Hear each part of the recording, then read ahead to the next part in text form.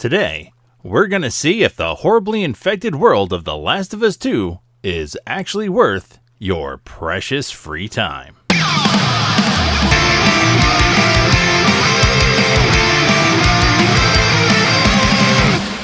In the first game, you're a man who lost his daughter, who now has a shot at helping to save the world by protecting a new little girl and delivering her across the country to a group who believes they have the ability to cure what is plaguing mankind.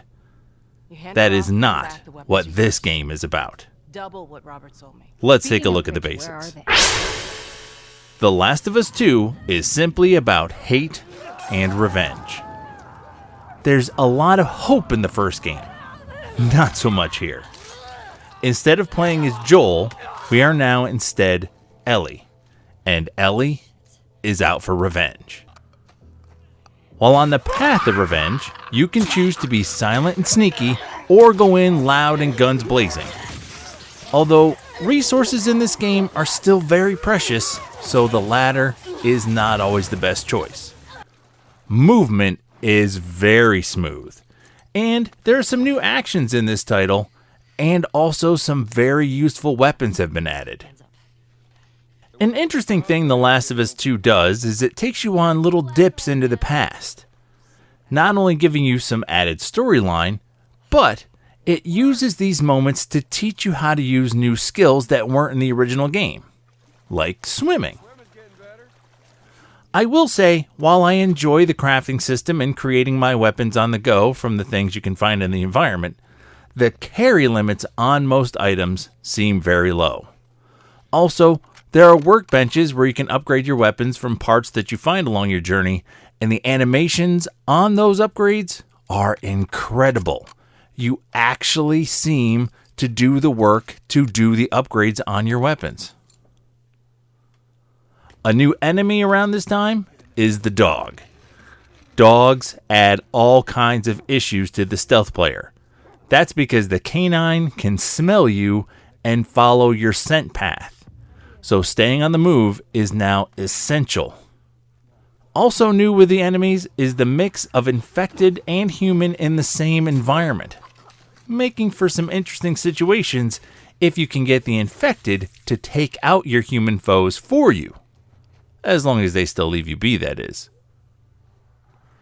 Without spoiling anything for those who have purposely avoided being spoiled, my biggest issue overall is that while I played, I felt kind of like I was in an episode of Law & Order: Criminal Intent. That's because at one point you're kind of forced into a high point of the game, and then, out of nowhere, a kind of reset button is hit. And not like the typical game reset button where you're captured, you lose your stuff, gotta poke around, and then you get it back. No, this is a real start from scratch, rebuilding everything again kind of reset button. Almost like your save file is wiped out. That is the thing that cheesed me off the most in this title. Here's the quick breakdown.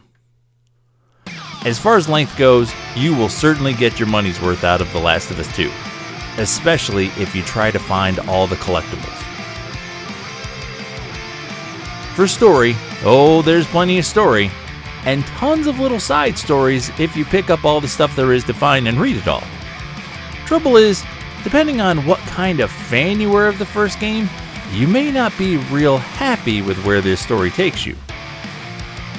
The game plays incredibly smoothly.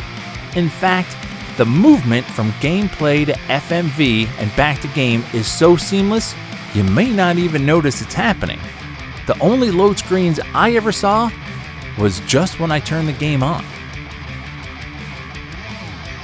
The sounds are fantastic, and they're necessary to be that way. I say that because they're going to help you out in many situations if you're paying attention. Oh, and the video is unbelievable for something running on a console. As far as fun goes, I think that ties back into how you feel about the story. If you're into what's going on, you're going to have tons of fun. Myself, I got frustrated and felt like I was dragging on a little more than I should have about halfway through. When I hit the 3/4 mark, I really kind of needed to push my way through. Now, I ran out and grabbed this game as soon as it hit the shelves because I was very excited for it, having loved the first game.